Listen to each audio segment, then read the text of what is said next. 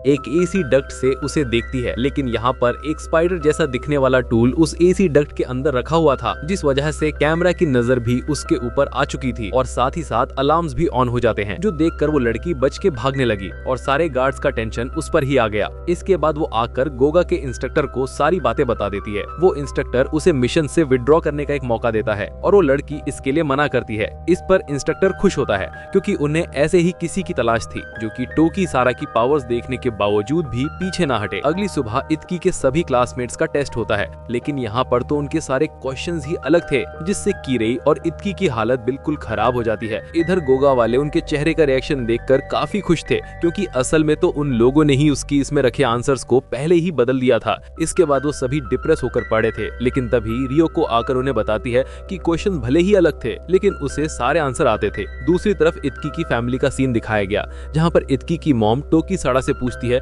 कि आखिर उसे कोई इन्फॉर्मेशन मिली या नहीं, जिस पर वो बताता है कि उन्हें साइका विलेज से एक इन्फॉर्मेशन मिली है कि गोगा वाले एक सीक्रेट निंजा कोर को पाने के पीछे पड़े हुए हैं, जो कि ईगा विलेज में काफी पहले से पास डाउन किया जा रहा है। तभी उनके एक मेंबर के पूछने पर चीफ बताती है कि निंजा कोर असलियत में एग्जिस्ट करता है और उसका लोकेशन एक सीक्रेट है। इसके बारे में सिर्फ ईगा के चीफ को ही पता होता है और अगर वो लोग उस निंजा कोर को देखना भी चाहेंगे तो भी वो उसे नहीं दिखा सकती और उसे खोजने का मतलब गोगा वाले एक वॉर चाहते हैं। इधर कोसे इत्की को साफ सफाई करते हुए बताती है कि उन सभी के बीच जरूर कोई जासूस मौजूद है जो कि गोगा वालों के साथ मिला हुआ है, क्योंकि गोगा के फ्रेंड ने ही वो आंसर्स बदले थे, पर उन्हें ये कैसा पता चला कि वो सभी किस सेफ पे टारगेट बना रहे हैं। दूसरी तरफ एक पास्ट का सीन दिखाया गया, जहाँ पर सुजाकू पिछले वाले गोगा के हेड शिनमारू से बात कर रहा था, जहाँ वो सुजाकू को बताता है कि उसे एक ऐसा वर्ल्ड चाहिए जिसमें कोई भी निंजा ना हो, क्योंकि निंजा का काम है इस वर्ल्ड को प्रोटेक्ट करना। तो एक ऐसा वर्ल्ड जहाँ कोई एनिमीज ना हो और पूरे वर्ल्ड में अमन और शांति हो, तो वहाँ निंजा की जरूरत नहीं होगी। जिस पर सुजाकू उसे कहता है कि वो भी उसके गोल में अचीव करने में मदद करेगा। असल में ये सब गोगा के पिछले हेड शिनमारू ने मरने से पहले सुजाकू से सब बातें करी थी। इधर इत्की की क्लास शुरू होती है, जहाँ उनकी टीचरों ने कहने लगे कि किसी को भी समर ब्रेक के लिए मूड बनाने की जरूरत नहीं है, क्योंकि समर ब्रेक के पहले उन सभी का एक एग्जाम होने वाला है और ये टेस्ट एक प्रैक्टिकल एग्जाम होगा, जहाँ अक्सर स्टूडेंट्स इस टेस्ट के दौरान काफी जख्मी हो जाते हैं। रेयर केसेस में तो बच्चों को हाई लेवल इंजरी भी आ जाती है और एक निंजा बनने के लिए उन सभी को हर समय मौत के लिए रेडी रहना होगा। जो सुनकर इत्की डर गया था और वो एग्जाम छोड़ने का सोचता है, लेकिन कीरेई ने उसे बताया कि वो पहले ही निंजा टूल्स वाले एग्जाम में फेल हो चुका है और अगर वो इस एग्जाम को भी छोड़ता है तो शायद उसे स्कूल से बाहर निकाल दिया जाए। इधर शियोनी और हयाते बात कर रहे थे, जहाँ हयाते उसे बताने लगा कि गोगा विलेज अपने आप को काफी पावरफुल मानता है और इसने छोटे छोटे विलेजेस को अपना गुलाम बनाकर अपने आप को एक्सपेंड किया है, लेकिन ये चीज निंजा रूल्स के बिल्कुल ही खिलाफ है, पर फिर भी वो लोग पैसे का इस्तेमाल करके ये सब करते आ रहे हैं। हयाते उसे ये भी बताता है कि पिछले विलेज के हेड शिनमारू के कारण ही गोगा विलेज में कुछ चेंजेस आए थे। वही एक ऐसा था जो कि बस अमन और शांति चाहता था और उससे ज्यादा ताकतवर भी पूरे गोगा क्लैन में कोई नहीं था और इसी वजह से सभी विलेज वाले भी उसकी काफी इज्जत किया करते हैं, पर फिर भी किसी ने उसका मर्डर किया। ये बात शियोनी को समझ नहीं आती कि आखिर ऐसे इंसान को कोई क्यों मारेगा और अगर ईगा वालों ने भी किया होगा तो आखिर इसके पीछे क्या कारण हो सकता है। इस पर हयाते उसे बताता है कि अभी की सिचुएशन के अकॉर्डिंग गोगा क्लैन ईगा के ऊपर काफी गुस्सा है और अगर ऐसा ही चलता रहा तो बहुत ही जल्द दोनों विलेजेस के बीच में वॉर हो जाएगी। इसलिए उन सभी का काम है जल्दी से जल्दी सच्चाई पता लगाकर आने वाले खतरे को रोकना। दूसरी तरफ इत्की और उसके ग्रुप को आने वाले एग्जाम की स्ट्रेटेजी प्लान करते हुए दिखाया जाता है, जहां इत्की उन्हें कहता है कि वो इस बार उनके साथ नहीं रहेगा क्योंकि वो नहीं चाहता कि उसकी वजह से उसका कोई फ्रेंड मुश्किल में फंसे। ये बोलकर इत्की वहां से निकल जाता है। बाहर आकर कोसे उसे कहने लगी कि तुमने बहुत ही अच्छा किया और अब वो स्पाई उनका कुछ नहीं बिगाड़ पाएगा। तब इत्की को एक टूल लाकर देती है जिससे इत्की किसी का भी रूप ले सकता है और ये टूल स्कूल की निंजा बुक में भी रजिस्टर नहीं है। तो गोगा वालों ने ये चीज बिल्कुल भी एक्सपेक्ट नहीं की होगी कि इत्की इस तरह के टूल्स का भी इस्तेमाल कर सकता है।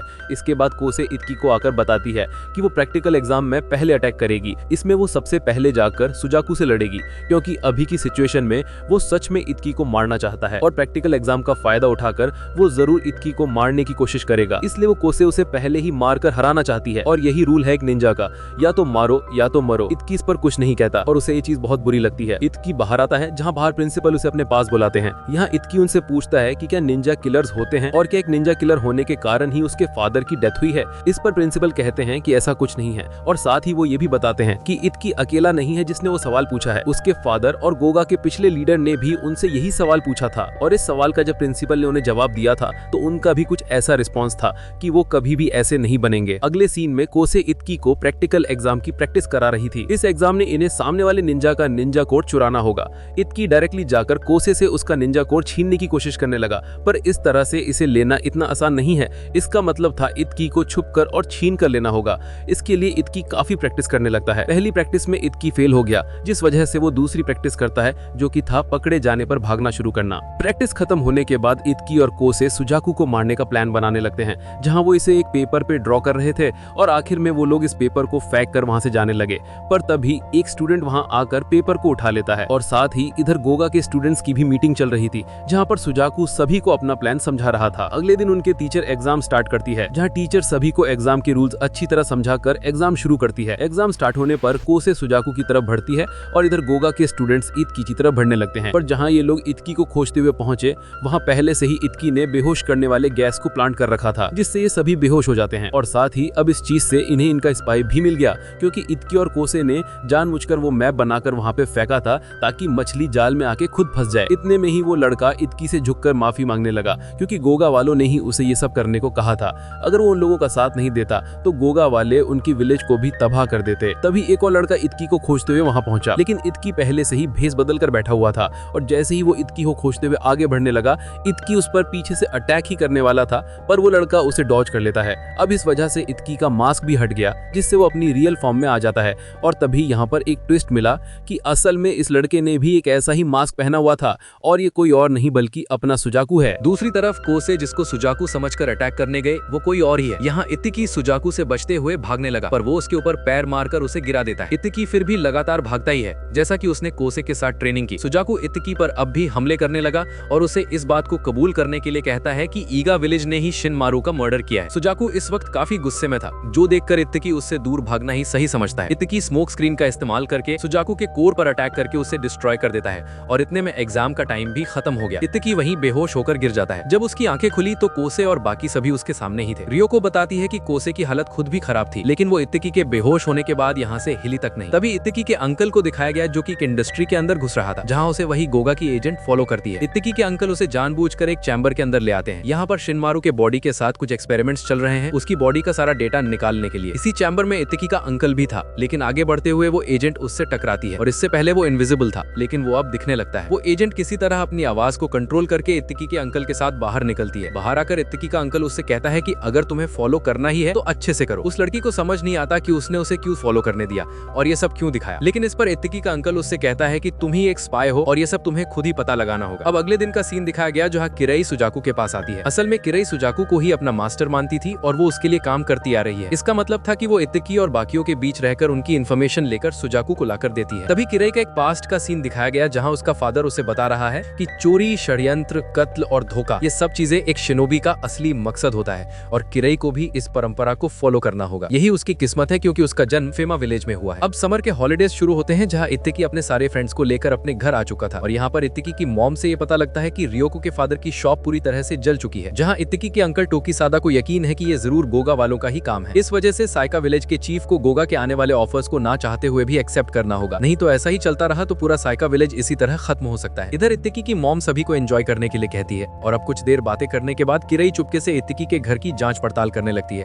और जो भी उसे पता लगता है वो उसे सुजाकू के पास एक बर्ड की हेल्प से भेज देती है। इधर सुजाकू जाकर अपने फादर से कहने लगा कि ईगा पर होने वाले हमले को वो लीड करना चाहता है। दूसरी तरफ इत्की की फैमिली उसके फादर की कब्र की तरफ जा रही थी, जहाँ उसकी मॉम बोलती है कि वहाँ जाने से पहले उन्हें एक जगह पर रुकना होगा। वो लोग सोक के पास जाते हैं और यहाँ ये पता लगता है कि ये लड़का अभी कोमा में है और तभी इत्की की मॉम ने उसे बताया कि 5 साल पहले वो सभी किसी मिशन पर गए थे और उसी समय से इस लड़के का ये हाल है। इसके बाद वो सभी इत्की के पिता के कब्र के पास पहुंचते हैं। इत्की अपनी मॉम को बताने लगा कि उसके प्रिंसिपल ने उसके पिता का नाम लिया था। वो बताता है कि उन्होंने ये बोला कि अगर निंजा खून खराबा करने के लिए बनते हैं तो मुझे बनना ही नहीं है। तो उसकी मॉम ने उसे बताया कि उसके फादर की विश थी हर विलेज के साथ एक अच्छा संबंध बनाए रखना और उन्हें कभी धोखा ना देना, पर रियलिटी इससे बिल्कुल ही अलग है। साथ ही उसकी मॉम ने बताया कि उसके पिता की मौत टोकीसादा के सामने ही हुई थी, जब वो टोकीसादा एक मिशन पर गए हुए थे और इसी वजह से इत्की के अंकल टोकीसादा आज तक खुद को इसके लिए ब्लेम करते हैं और एक चीफ होने के तौर पर उसकी मॉम ने भी कई लोगों को रेस्क्यू मिशंस पर भेजा है। इसके बाद अगले दिन इत्की और उसके सारे दोस्त एक रिवर पर स्विमिंग करने के लिए पहुंच जाते हैं। तीनों ही स्विमिंग सूट्स में थे, लेकिन कोसे ने इसके ऊपर भी एक मास्क पहना हुआ था। वो लोग मछलियां पकड़ना शुरू करते हैं, जहां कोसे बस अपने हाथों का इस्तेमाल कर रही थी। यही बातों बातों में किराई इत्की को बताती है कि वो असल में किसी निंजा के विलेज से नहीं है और इसी कारण से उसके माता पिता फ्रीलांस निंजा का काम करते हैं, जिस वजह से उसके माता पिता को कोई वैल्यू नहीं देता। बस हमेशा ऐसे निंजा को काम के लिए इस्तेमाल किया जाता, नहीं तो इन्हें भगा दिया जाता। किराई को अपने फादर की कुछ बात याद आने लगी कि किस तरह उसे बचपन से लोगों के सामने अपने इमोशंस छुपाने के लिए कहा गया है। अब जब इत्तेकी फिश फ्राई कर ही रहा था कि उसके अंकल आकर उससे एक फिश छीन लेते हैं। तब उसके अंकल उसे बताने लगे कि यहाँ पर जितने भी लोग एकजुट होकर काम कर रहे हैं, इसकी वजह है इत्तेकी की मॉम, जिसने अपने पति के जाने के बाद भी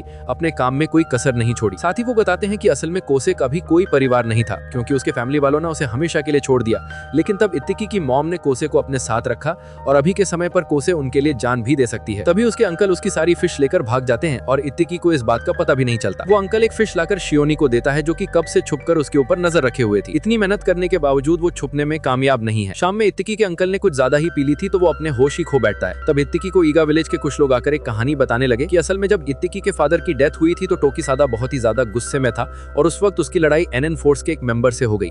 जहां टोकीसादा को ये पूरी तरीके से पता था कि एक मर्डर है, पर एनएन फोर्स का एक मेंबर उसे बोलता है कि बस ये एक एक्सीडेंट था, जिस वजह से टोकीसादा बहुत गुस्से में आ गया। और ये देखकर सभी लोग टोकीसादा को रोकने की कोशिश करने लगे, क्योंकि अगर ऐसा ही चलता रहा तो वो पूरे विलेज को बर्बाद कर देगा। और यही देखकर इत्तेकी की मॉम ने बीच में कदम रखा। वो आकर उसे समझाते हुए उसकी कुनाई अपने हाथ में पकड़ लेती है, जिससे उसके हाथ से खून भी निकलता है। वो उसे समझाने लगी कि उसके पति इसलिए नहीं मरे कि उनके जाने के बाद इस तरह से खून खराबा हो, वो तो बस हमेशा से ईगा में शांति चाहते थे। इसके बाद फिल्म प्रेजेंट में आता है, जहां इत्तेकी जाकर अपनी मॉम से इस बारे में बातें करने लगता है, जिस पर उसकी मॉम उसे दूसरे कमरे में लेकर जाती है और किरई उसका पीछा करने की कोशिश करने लगती है। तभी एक आदमी आकर उससे और रियोको से इत्तेकी के बारे में पूछता है। वो उन्हें बताने लगा कि इत्तेकी हमेशा अपने स्कूल के दो दोस्तों के बारे में बातें करता रहता है, जो कि किरई और रियोको हैं। वो आदमी उन्हें बताता है कि इत्तेकी उन्हें दिल से अपना सच्चा दोस्त मानता है और ये सब सुनकर किरई को कुछ फील होता है। इधर दूसरी तरफ इत्तेकी की मॉम उससे कहती है कि अब वो उसे ईगा निंजा की सीक्रेट कोर के बारे में बताने वाली है। असल में उस निंजा कोर को सील कर दिया गया था, क्योंकि इसमें काफी ताकत थी और इसे कहाँ रखा गया इसका पता ईगा के चीफ के अलावा किसी भी इंसान को नहीं होता। वो उसे एक स्क्रोल दिखाती है जिसमें ईगा के निंजा की रजिस्ट्री है और जिस दिन इत्तेकी का नाम इसमें लिखा गया उस दिन इत्तेकी एक असली निंजा कहलाएगा। इसके बाद इत्तेकी और उसके सारे दोस्त बैठकर आपस में बातें कर ही रहे थे कि तभी उन्हें पता चलता है कि उनकी अकेडमी अभी कुछ और दिनों के लिए बंद रहेगी। जब इत्तेकी अपनी मॉम के पास पहुंचा तो यहाँ पर टीवी में अफ्रीका का एक प्रोग्राम चल रहा है, जो कि सभी बैठकर देख रहे हैं, जिस पर इत्तेकी के अंकल ने उसे बताया कि असल में ये एक कोड है जिसमें ये लोग बता रहे हैं कि एक निंजा ब्रांड काउंसिल होने वाला है और ये मीटिंग सिर्फ निंजा सिक्योरिटी काउंसिल के हेड के जरिए की जा सकती है। इस मीटिंग के अंदर हर बड़े विलेज के चीफ को बुलाया जाता है। इस मीटिंग से ये डिसाइड होता है कि जापान का फ्यूचर क्या रहेगा। साथ ही अब इस बार ये मीटिंग पूरे 70 सालों बाद होने वाली है और इस हाई काउंसिल मीटिंग के अंदर ईगा वाले भी एक मेंबर हैं, तो उन्हें भी इसके अंदर जाना होगा। हाई काउंसिल मीटिंग के पहले निंजा सिक्योरिटी काउंसिल को काफी बड़े सिक्योरिटी मेजर्स लेने होंगे, क्योंकि इतनी सारे विलेजेस के हेड एक ही जगह पर आएंगे तो सभी को कड़ी निगरानी रखनी होगी। उधर इत्तेकी की मॉम उसे ये बोलकर निकल जाती है कि जब तक मैं वापस ना आऊं तुम सभी का ख्याल रखना। कोसे इत्तेकी की मॉम को बताने लगा कि सायाका विलेज और कुछ और विलेजेस के हेड इस मीटिंग के दौरान उनका साथ दे सकते हैं। इसके बाद इत्तेकी की मॉम हाई काउंसिल मीटिंग में पहुंच गई और यहाँ आकर सभी हेड्स आपस में बहस करने लग जाते हैं। तभी हाजो अनाउंस करता है कि अब मीटिंग शुरू होगी। जब किसी को वहाँ सायाका विलेज नहीं दिखता तब गोगा का हेड उन्हें बताता है कि सायाका विलेज अब उनके अंडर आता है। तो अगर तुम लोगों को ये चीज याद ना हो तो मैं बता दूं, क्योंकि सायाका विलेज के चीफ रियोको के डैड हैं, जिसकी पूरी दुकान गोगा वालों ने जला दी थी। यहाँ ईगा के मेंबर्स को कुछ गलत लगता है, क्योंकि यहाँ हजान विलेज के हेड भी नहीं है। हाजो सभी को बताता है कि निंजा रूल्स को तोड़ा गया है, जिससे जो बैलेंस निंजा वर्ल्ड में बना हुआ था वो अभी खतरे में है और उसका जिम्मेदार है गोगा विलेज। साथ ही ऐसा लग रहा है कि गोगा के एक्शंस पूरी कंट्री को अफेक्ट कर रहे हैं। गोगा के हेड के पूछने पर हाजो ने बताता है कि जैसा कि उन्होंने कहा कि सायाका विलेज अब उनके अंडर काम कर रहा है, तो क्या वो उन्हें बता सकते हैं कि सायाका विलेज अभी किस जगह पर काम कर रहे हैं, क्योंकि ऐसी कोई भी ऑफिशियल रजिस्ट्री नहीं जिससे पता चले कि सायाका विलेज वाले किसी भी होल्डिंग में काम कर रहे हैं, बल्कि सायाका के मोस्ट ऑफ द मेंबर्स अचानक से गायब होने लगे हैं और अभी ऐसे बहुत से इंसिडेंट्स हो रहे हैं जिस वजह से वो छोटे मोटे विलेजेस से भी कम्युनिकेशंस नहीं कर पा रहे हैं। यहाँ तक कि निंजा अकेडमी से भी लोग खुद ही छोड़कर जाने लगे हैं। लेकिन उनकी इन सभी बातों पर गोगा के हेड का जवाब होता है कि ये सभी एक झूठ आरोप है। तब हाजो सभी विलेज के चीफ से पूछता है क्या उन्हें गोगा की तरफ से कोई थ्रेट मिला। इस पर सभी हेड्स ही कहने लगे कि उन्हें गोगा से कोई प्रॉब्लम नहीं और सभी का जवाब लगभग सेम ही होता है। लेकिन तभी इत्तेकी की मॉम उसे कहती हैं कि मेरा आंसर अभी बाकी है। तब वो बताती हैं कि ये एक ऐसा झूठा इल्जाम है जो कि गोगा वाले हमेशा उन पर लगाते रहते हैं। उन लोगों ने गोगा के ऊपर कुछ इन्वेस्टिगेशंस की और उन्हें कुछ ऐसा पता चला कि गोगा वाले एक वेपन बना रहे हैं जिसमें ये लोग ईगा वालों के निंजा कोर्स को भी टारगेट कर रहे हैं। गोगा अपनी पावर्स का इस्तेमाल कर रहा है बाकी विलेजेस को कमजोर करने के लिए और वो कहती हैं कि इस चीज को रोकने के लिए ईगा वाले अपने निंजा कोर को डिस्ट्रॉय करने के लिए भी तैयार हैं। इत्तेकी की मॉम उन्हें बताती हैं कि निंजा कोर को लड़ाई रोकने के लिए ही बनाया गया था और अभी उस कोर के कारण इस समय कोई लड़ाई बढ़ जाए इससे बेहतर होगा कि कोर को डिस्ट्रॉय कर दिया जाए। इत्तेकी की मॉम की ये बातें सुनकर धीरे धीरे सभी विलेजेस वाले ये एक्सेप्ट करने लगे कि उनके विलेजेस में भी गोगा के कारण दिक्कतें आई हैं और अब सब झूठ होने की वजह से हाजो गोगा के हेड से कहता है कि निंजा रूल्स को ब्रेक करने के जुर्म में तुम्हें अरेस्ट किया जाता है। तब गोगा का ही एक मेंबर पूछने लगा कि उनके पिछले हेड शिनमारू की डेथ इन्वेस्टिगेशन कहां तक पहुंची। हाजो कहता है कि उस पर इन्वेस्टिगेशन चल रही है और जल्द ही वो लोग सच बाहर ले आएंगे। इतने में ही वहाँ एक दूसरा कैप्टन आता है जो कि निंजा निंजा सिक्योरिटी एजेंसी के 2nd डिवीजन का कैप्टन है। तब हाजो के पूछने पर वो कहने लगा कि उनके पास शिनमारू की डेथ से रिलेटेड एक बहुत ही इंपॉर्टेंट एविडेंस है। वो कहता है कि असल में उनका मर्डर ईगा वालों ने ही किया था। वो बताता है कि जहां मर्डर हुआ वहां एक कैमरा था जिससे उन्हें कुछ इमेजेस मिली। जब 1st डिवीजन वालों ने इनके ऊपर रिसर्च की तो उन्हें कुछ खास नहीं मिला, लेकिन 2nd डिवीजन ने इसमें से कुछ डेटा एक्सपेक्ट किया है और तब उसने बताया कि भले ये वीडियो ब्लर है पर इसमें सबसे इंपॉर्टेंट है इसकी ऑडियो। वो बताता है कि ये ऑडियो है ईगा विलेज के निंजा कोर की, क्योंकि हर विलेज के निंजा कोर की अपनी एक फ्रीक्वेंसी होती है और इस वीडियो में जिस निंजा कोर की फ्रीक्वेंसी आ रही है वो ईगा निंजा कोर से बिल्कुल मैच करती है। वो लोग लेटेस्ट निंजा टेक्नोलॉजी से इस नतीजे पर पहुंचे हैं। तब वो इत्की की मॉम को अपने साथ चलने के लिए कहने लगा, पर टोकीसादा बीच में आ जाता है। इत्की की मॉम कहने लगी कि उन लोगों ने कुछ भी गलत नहीं किया और वो अपने आप को इनोसेंट प्रूव करना चाहती हैं, इसलिए उनके साथ जाने के लिए भी तैयार हैं। तभी इत्की की मॉम टोकीसादा से कहती हैं कि इत्की को तुम ईगा का ध्यान रखने के लिए कह देना। इसी के साथ ये मीटिंग भी यहीं खत्म होती है। दूसरी तरफ इत्की को भी ये बताया जाता है कि उसकी मॉम अरेस्ट हो चुकी है। उसे कहती है कि इस वक्त वो चीफ को बचाने के लिए कुछ भी करने को तैयार है। तब टोकीसादा उसे कहता है कि उसकी मॉम के ना होने पर उसे अपने पूरे विलेज का ध्यान रखना होगा। इधर गोगा के मेंबर्स भी काफी गुस्से में थे क्योंकि उनके हेड को अरेस्ट कर लिया गया ईगा वालों की वजह से, इसलिए अब वो ईगा को छोड़ेंगे नहीं और अब एक जंग होगी। दूसरी तरफ हाजो उसी वीडियो को देखते हुए सोचने लगा कि आखिर ऐसा है तो 2nd डिवीजन वाले अब तक इस वीडियो को छुपा क्यों रहे थे। तभी हाजो ने उस वीडियो में एक चीज नोटिस की, लेकिन अचानक ही उसके ऊपर कोई कुनाई से अटैक करता है जिसे मारा था 2nd डिवीजन के कैप्टन ने। वो कहता है कि ये लेटेस्ट सूट है जिसे गोगा वालों ने बनाया है और वो उससे कहता है कि आखिर तुम हमेशा ईगा वालों का साथ क्यों देते हो। जिस पर हाजो उससे कहने लगा कि इस वीडियो में जरूर कुछ गड़बड़ है और वो इसे एविडेंस के तौर पर नहीं रख सकता। जो सुनकर वो कैप्टन हाजो के ऊपर कुनाई रख देता है। इधर ईगा विलेज के सारे ही मेंबर्स एक जगह पर आ गए थे। तभी इत्की ईगा के चीफ के ड्रेस में आता है और क्योंकि ईगा के चीफ यहाँ नहीं है तो किसी को तो एक्टिंग चीफ बनना ही होगा और जैसा कि सभी जानते हैं कि इत्की ईगा का 19वां सक्सेसर है तो वो अभी के लिए एक एक्टिंग चीफ बनना चाहता है। दूसरी तरफ गोगा के चीफ को दिखाया गया जहाँ वो बताता है कि उसका जन्म ही एक कमजोर शरीर में हुआ और ताकि वो गोगा का चीफ बन सके उसकी बॉडी को रीजनरेट कराया जाता और इन सारे दर्द का रिजल्ट सिर्फ फेलियर निकला। यहीं उसके छोटे भाई का भी जन्म होते हुए दिखाया गया जिसकी लाइफ में कुछ ऐसे इंसिडेंट्स हुए जिससे उसे लगता है कि उसे कभी एक निंजा फैमिली में पैदा ही नहीं होना चाहिए था। और यहाँ पर ये पता चलता है कि उसका छोटा भाई असल में और कोई नहीं बल्कि गोगा का पिछला हेड शिनमारू है। यहीं पर 2nd डिवीजन का कैप्टन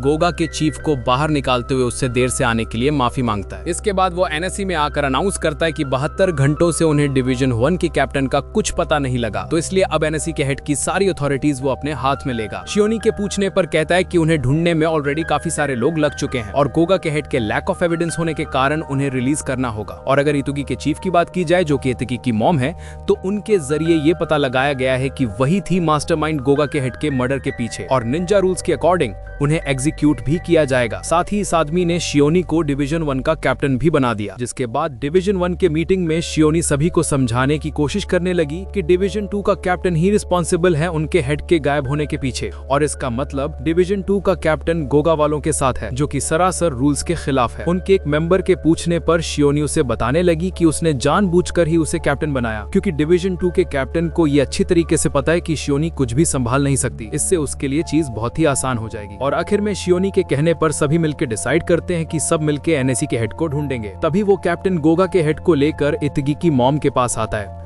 यहाँ पता चलता है कि इतकी की मॉम का नाम युमिका है। कैप्टन उससे कहने लगा कि उनके पास एक ऑफर है जो कि उसे एग्जीक्यूशन से बचा सकता है। इस पर इतकी की मॉम कहती है कि भले उसकी जान चली जाए लेकिन वो सीक्रेट निंजा कोर के बारे में किसी को पता नहीं लगने देगी। गोगा का चीफ उसे समझाने लगा कि अगर निंजा कोर को मॉडर्न टेक्नोलॉजी के साथ मिला दिया जाए तो ये एक बहुत ही पावरफुल हथियार बनकर सामने आएगा, लेकिन वो इसके लिए अब भी नहीं मानती, जो देखकर गोगा का हेड वहां से चला गया और 2nd डिवीजन कैप्टन उससे कहते हैं कि तुमने अपना आखिरी मौका भी गवा दिया और अब तुम्हारा एग्जीक्यूशन कल होगा। दूसरी तरफ यहाँ टोकीसादा आकर इतकी को मीटिंग के लिए बुलाता है, जिसके बाद सभी विलेज वाले अपने चीफ के होने वाले एग्जीक्यूशन के ऊपर डिस्कशन करते हैं। तभी उनमें से एक ये उठ के कहने लगा कि उन्हें साथ मिलकर चीफ को बचाने के लिए निकलना चाहिए, लेकिन ईगा का एक मेंबर उसे शांत होने के लिए कहता है क्योंकि अगर उन्होंने ऐसा कदम उठाया तो हो सकता है कि इससे एक बड़ी वॉर भी छिड़ जाए। इस पर टोकीसादा उन्हें कहता है कि चीफ को पनिशमेंट तो कल ही मिलेगी। कोसे उनसे कहता है कि इतकी अभी एक बच्चा है और उसके ऊपर इतनी बड़ी जिम्मेदारी डालना बहुत ही रिस्की होगा। तभी टोकीसादा इतकी से कहने लगा कि वो इसे ईगा विलेज से बाहर निकाल दे, जिससे वो इतकी की मॉम को बचा लेगा और इल्जाम ईगा विलेज पर भी नहीं आएगा। सब बस इतकी के जवाब का इंतजार करते हैं पर इतकी कुछ बोलता नहीं। तभी गुस्से में कोसे उठकर इतकी के गले को जकड़ते हुए उसके ऊपर एक नाइफ रख देती है। वो चाहती है कि इतकी उसे भी एक्सपेल करके विलेज से बाहर निकाल निकाल दे, क्योंकि अभी उसके पास इतिकी की मॉम के अलावा और कोई भी नहीं। बचपन से ही उसका ध्यान इतिकी की मॉम रखती आई है, इसलिए वो इतिकी से कहती है कि आखिर तुम इतना की सोच रहे हो, और अंत में सभी के कहने पर कोसे इतिकी को छोड़ देती है। तभी इतिकी उन्हें कहने लगा कि वो उन्हें बचाने जरूर जाएंगे, लेकिन एक निंजा बनकर, क्योंकि सभी को पता है कि ईगा वालों ने कुछ भी नहीं किया, इसलिए वो लोग खुद को सही साबित करके रहेंगे। इतिकी उन्हें तैयारी शुरू करने के लिए कहने लगा और साथ ही वो सभी को सावधान रहने के लिए भी कहता है, ताकि वो एनएससी या गोगा के हाथों पकड़े ना जाए। किरई ये सब सुनकर फिर से इन्फॉर्मेशन लीक करके गोगा के पास भेज देती है। इधर गोगा का चीफ अपने विलेज में पहुंच चुका था और उन्हें बताता है कि अब सीनियर एग्जीक्यूटिव की मीटिंग होने वाली है, जिस पर उन दोनों को ये बात समझ आती है कि अब वो लोग ईगा पर अटैक करने वाले हैं। इतने में गोगा के चीफ को एक कॉल आता है और उसे बताया जाता है कि सुजाकू उससे मिलने आया है। अगर तुम लोग को याद नहीं तो सुजाकू रेजन का ही बेटा है, जो कि अभी गोगा के चीफ के सामने खड़ा हुआ है। तब सुजाकू अंदर आकर उन्हें बताने लगा कि उसे एक स्पाई से पता चला है कि टोकीसादा ईगा के चीफ को बचाने के लिए निकल पड़ा है, और उसे ये लगता है कि अभी जब ईगा का बेस्ट फाइटर वहाँ से गायब है तो यही एक सही मौका होगा ईगा वालों पर अटैक करने के लिए। साथ ही सुजाकू उससे कहता है कि जब वो लोग ईगा पर हमला करेंगे तो वो आगे रहकर सभी को लीड करेगा, जो सुनकर चीफ काफी खुश होता है। रेजन उसे रोकता है, जिस पर सुजाकू अपने डैड से कहता है कि अब वो कोई बच्चा नहीं जो वो उसे हर काम में रोके, और अभी पीछे हटना कायर वाली बात होगी। इसके बाद गोगा का हेड एक मीटिंग बैठाकर ये फैसला करने लगा कि उन्हें ईगा पर हमला करना चाहिए या नहीं। यहाँ कुछ लोग ईगा पर अटैक करने के फेवर में थे, क्योंकि अभी टोकीसादा ईगा से बाहर है, तो इससे अच्छा मौका इनके लिए और कुछ नहीं हो सकता। लेकिन वहीं रेजन और बाकी कुछ लोग इससे डिसएग्री करते हैं। वो उससे कहते हैं कि हमें बाकी विलेजेस की तरह ईगा वालों को अंडर एस्टिमेट नहीं करना चाहिए। इस वॉर के होने पर गोगा वालों को भी काफी नुकसान पहुंचेगा। इस पर दूसरे मेंबर्स उससे कहने लगे कि वो सभी इस चीज के लिए रेडी हैं, क्योंकि उन्हें कभी न कभी तो शिनमारू का बदला लेना ही है। रेजन इस पर अपने चीफ को अटैक न करने के लिए मनाने लगा, क्योंकि एक लड़ाई से सब कुछ टाला नहीं जा सकता, और इस लड़ाई से सिर्फ गोगा वालों का पिछला अधिकार में जाएगा। तभी उनका चीफ उसकी इस बात को मान लेता है। रेजन को इस बात पर विश्वास नहीं होता और अचानक से चीफ उसे गोली मार देता है। रेजन उससे कहता है कि भले तुम हर बार सही हो, और इस बार भी शायद तुम सही हो सकते हो, लेकिन गोगा के अंदर कायरो के लिए जगह नहीं है। दूसरी तरफ यहाँ इतिकी के पुराने दोस्तों को दिखाया गया, जहाँ सभी इतिकी के बारे में बात कर रहे थे। वो कहते हैं कि पता नहीं इतिकी कैसा होगा, जरूर टोक्यो में उसकी कोई गर्लफ्रेंड बन गई होगी, इसलिए वो हमें भूल चुका है। इतने में एक अनाउंसमेंट हुई, इस शहर के बाहर एक केमिकल फैक्ट्री में आग लग चुकी है और सभी लोगों को अपने अपने घरों में जाने के लिए कहा जाता है। तभी ईगा का एक मेंबर कोसो इतोकी को आकर बताने लगा कि एक बैड न्यूज है। असल में जो न्यूज अभी दिखाई गई थी उसमें कोगा वालों ने इंफॉर्मेशन को मैनिपुलेट किया है। वो बताता है कि जब निंजा लार्ज स्केल में अटैक करते हैं तो सिर्फ रात में ही अटैक करने से चीजें छुपते नहीं, और उनका मकसद होता है कि वो अपने टारगेट की आंखों और कानों को ब्लॉक कर दें। और जैसी चीजें अभी हो रही हैं, इससे ये साबित होता है कि ये सब कोगा वालों की साजिश है। वो लोग ईगा पर अटैक करने की पूरी प्लानिंग में है। रात के समय कोगा वालों को दिखाया गया, जो कि ईगा विलेज की तरफ बढ़ने लगते हैं। ईगा वाले भी इधर अटैक के अगेंस्ट अपनी पूरी तैयारी शुरू करने लगते हैं। तभी ईगा के एक गार्ड को दिखाया गया, जो कि कहता है कि उसने कभी सोचा नहीं था कि उसे इस्तेमाल करना पड़ेगा। वो फायर टेक्निक डिफेंस मैकेनिज्म को ऑन कर देता है, और सच में ये बहुत ही खतरनाक डिफेंस था। कोगा की गाड़ियां भी यहाँ अटैक करने के लिए पहुंच चुकी थी, जो देखकर ईगा वाले उन पर मिसाइल लॉन्च कर देते हैं। इधर तोकीसाडा और कोसे अपने गेटअप को बदलकर एक जगह पर घूम रहे थे, जहाँ गार्ड उन्हें रोककर पूछने लगा कि वो यहाँ क्या कर रहे हैं। इस पर कोसे उन्हें कहते हैं कि हम लोग तो यहाँ कॉन्सर्ट के लिए आए हैं। वो गार्ड उन्हें कहता है कि ये एक रिस्ट्रिक्टेड एरिया है, जहाँ सिर्फ ऑथोराइज्ड लोगों को आने की इजाजत है। और तभी तोकीसाडा गार्ड को मारकर बेहोश कर देता है। दोनों उस जगह के अंदर घुसकर सभी गार्ड्स को मारने लग जाते हैं। इसके बाद आखिरी में वो लोग चीफ के पास पहुंचे और उन्हें कहते हैं कि ये एक्टिंग चीफ का डिसीजन था। यूमिका उनका थैंक्स कहने लगी, लेकिन जब वो लोग वहां से बाहर निकलने लगे तब सेकंड डिवीजन का कैप्टन आकर उन्हें घेर लेता है। इधर ईगा का एक निंजा कोगा के रोबोटिक निंजा से लड़ रहा था। सोगी इतोकी को बाकियों को बताती है कि उनके एनिमी सिर्फ नॉर्मल निंजा नहीं बल्कि मैकेनिकल रोबोट निंजा भी है। ईगा के पास अभी सिर्फ 48 निंजा है, पर वहीं कोगा के पास 250 प्लस निंजा है। इसका मतलब कोगा वाले अभी उनसे 5 गुना ज्यादा ताकतवर हैं। दूसरी तरफ तोकीसाडा यहाँ कोहेल से कहने लगा कि वो चीफ को लेकर यहाँ से भाग जाए। तोकीसाडा उनसे लड़ने के लिए उनकी तरफ बढ़ता है, जिस पर उनका कैप्टन उन्हें कहने लगता है कि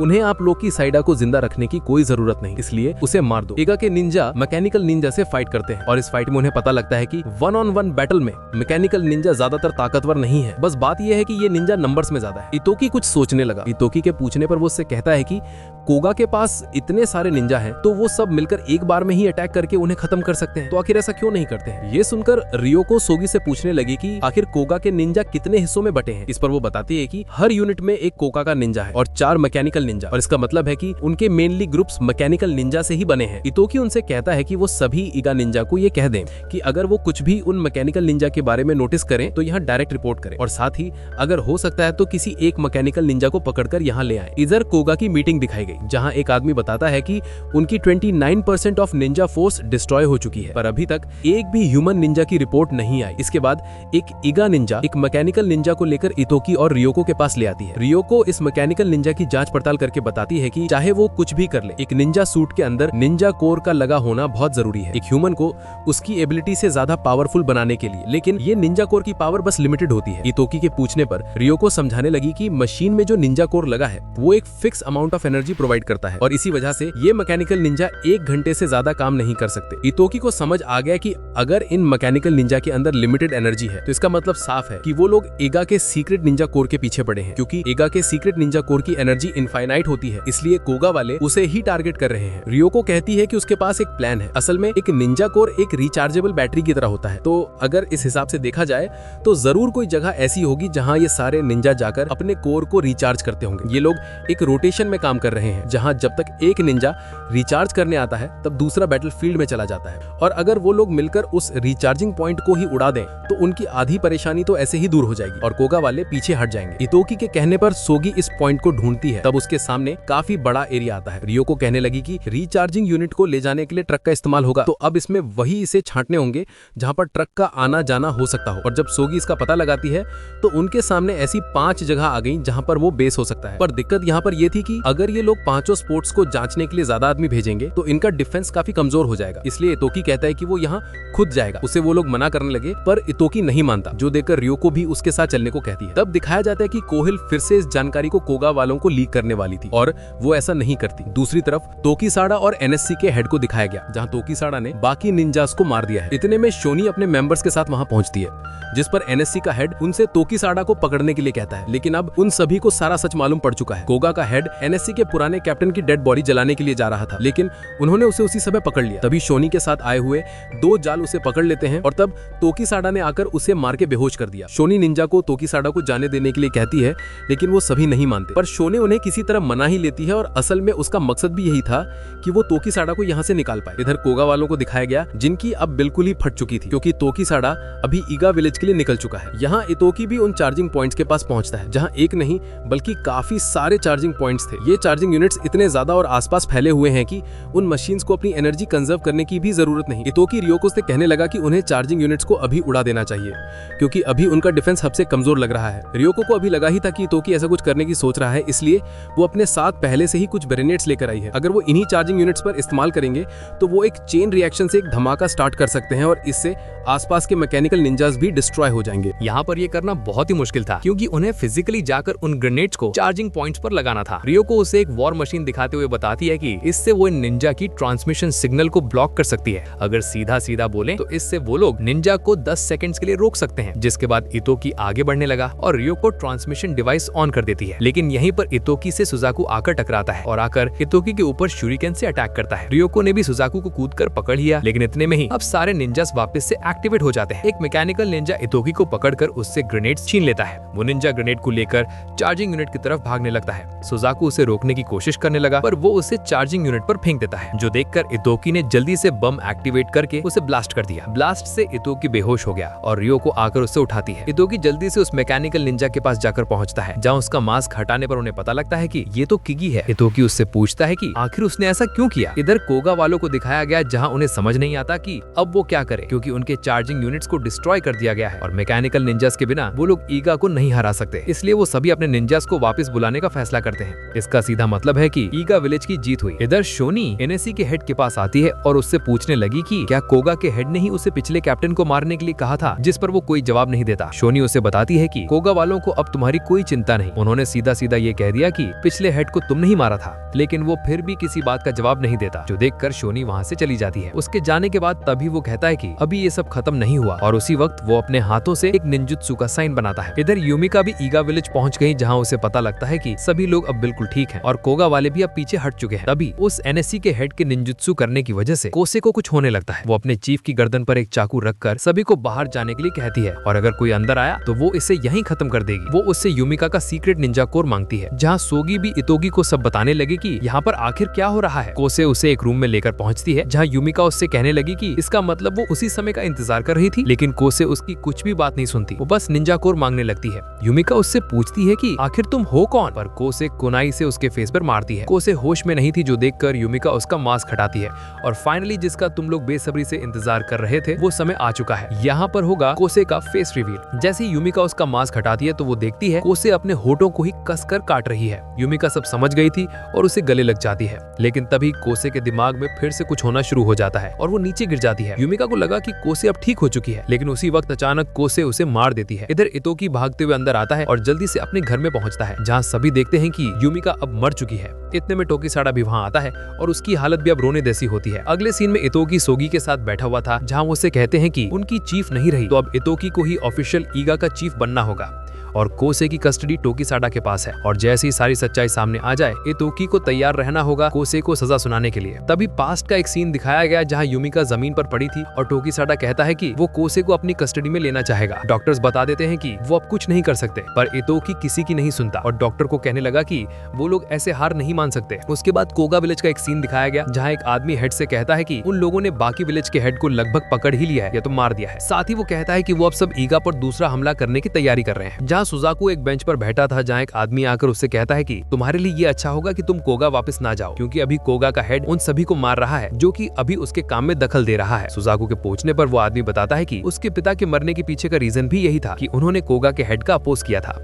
और आखिर में वो सुजाकू को ये बोलकर निकल जाता है कि अभी के लिए उसे छिपकर रहना होगा, नहीं तो कोगा वाले उसे भी नहीं छोड़ेंगे। दूसरी तरफ इतोकी को ऑफिशियल ईगा विलेज का चीफ बना दिया जाता है। यहाँ सभी लोग इतोकी से कहने लगे कि उन्हें अब कुछ ना कुछ तो करना ही पड़ेगा। वैसे भी कोगा वालों ने निंजा रूल्स की ऐसी तैसी कर दी है, तो उन्हें इसका भी अंदाजा नहीं है कि वो लोग कब अटैक कर दें। लेकिन इतोकी उनसे कहता है कि क्या वो लोग ये सब डिस्कशन उसकी मॉम के फ्यूनरल तक टाल सकते हैं। इसके बाद रियो को इतोकी से कहती है कि अब वो घर जा सकती है। इतोकी के पूछने पर वो कहती है कि उसके पिता भी हॉस्पिटल में एडमिट हैं। तभी किगी भी कहने लगी कि अब वो अपने घर जाएगी। यहाँ टोकीसाडा के पास शोनी आकर उससे पूछती है कि लगता है उसे कोई काम नहीं करना, लेकिन बात तो ये थी कि अब उसके पास कोई कस्टमर ही नहीं आ रहा है, क्योंकि पूरे शहर में ये न्यूज फैली हुई है कि केमिकल फैक्ट्री में आग लगने के कारण यहाँ पर फॉग रिलीज हुआ था। शोनी उसे बताती है कि वो समझ चुकी है कि कोगा वाले क्या चाहते हैं, इसलिए वो लोग उन्हें रोकना और पनिशमेंट देना चाहते हैं, जिसके लिए उन्हें टोकीसाडा की जरूरत पड़ेगी। शोनी बताती है कि डिवीजन 2 का कैप्टन ऑलरेडी जेल में जा चुका है और एनएससी के हेड अब उनके निंजा स्कूल के प्रिंसिपल बन चुके हैं। शोनी उसे कहने लगी कि इस रजिस्टर में ईगा विलेज की एक लड़की है, तो क्या वो उसे बता सकता है कि इसका क्या रिलेशन है ईगा वालों से। और इस रजिस्टर के अंदर कोसे की फोटो थी। और यार इसी के साथ ये एनिमे यहीं पर एंड होता है। तुम लोगों को ये एनिमे कैसा लगा कमेंट करके जरूर बताना, और ऐसे ही एनिमे एक्सप्लेनेशन के लिए चैनल को सब्सक्राइब जरूर कर लेना।